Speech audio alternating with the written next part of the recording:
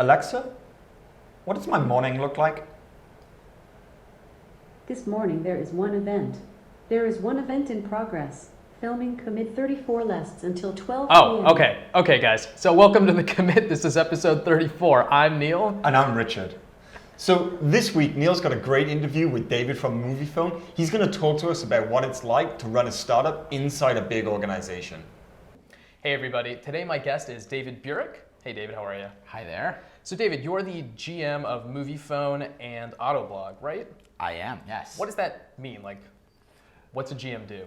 So a GM basically is ultimately like a mini CEO of these individual businesses. So obviously, or as people may or may not know, but Moviefone and Autoblog are part of AOL, and AOL is actually part of Verizon now. So it's we're kind of a stack. I'm a very, very small cog in a big wheel at this point. But I'm the ultimate sort of business owner for each one of my products. Cool. And so my understanding is with Moviefone, you've actually kind of been, your goal is to sort of like revitalize that brand.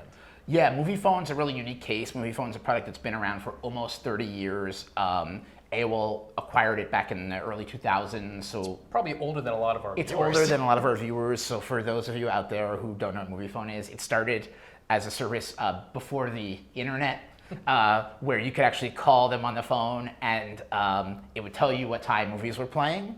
And so what we have a really cool opportunity to do right now, which is what I've been spending most of my time on, is basically building a startup from scratch internally, right? So start building a team. Our internal data shows that we have about 10 million users every month. It's growing. That's a product that's our business is up, 10 to 15% every year, every month. Cool. And so you mentioned that you were kind of like now like rebuilding a tech team. So how does that, I guess, differ at a big company? You've got a corporate parent, you've kind of got a parent above that in a way. How does that vary at Moviefone versus maybe at a startup? Yeah, and I've worked at startups before. I would say a couple of like unique things about hiring at a big company, particularly on the engineering side, versus at a startup. And then there's some unique things that are going on with Moviefone because we're building a team from scratch. So obviously, like from a pure like resource perspective, especially now that we're part of Verizon, we have resources like money.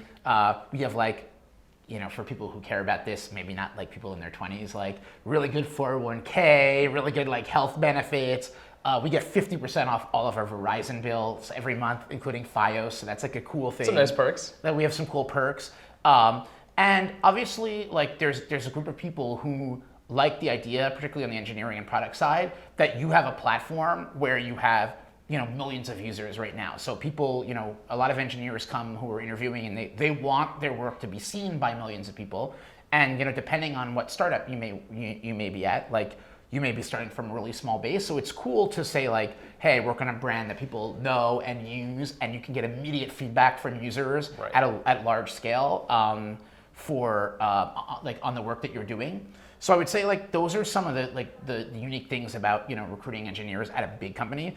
All right, and last thing for you, is there any other advice maybe developers should have while sort of even just initially applying to a larger company? Because obviously it's a little different than applying to a startup. I think the key things that like are really important to show on like a cover letter and a resume are, especially like for whatever the company is. So like for my brands, they're consumer products.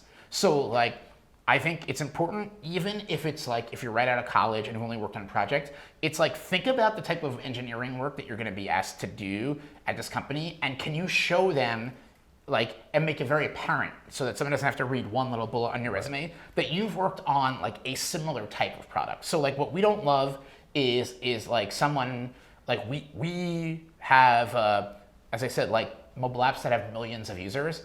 Like we don't, when someone like sends us a resume and it's just like, oh, I've worked on like some backend SDK and now I want to be the person who like works on building your consumer-facing mobile app, it's harder for us to sort of make that connection that you can do it, versus even if it's small, you can be like, oh, I built a mobile app, I submitted it to the store, like I did all the things. So try to make your experience applicable to like the actual engineering work that you're applying to. All right, well, I think that's a lot for folks to think about, and don't I guess don't turn down the opportunity to work at a big company just because it's not maybe a sexy Google or Facebook. It sounds like there's also a lot of exciting stuff. Plus, you get huge scale in a lot of cases. All right, thanks so much, David, for joining us. No worries.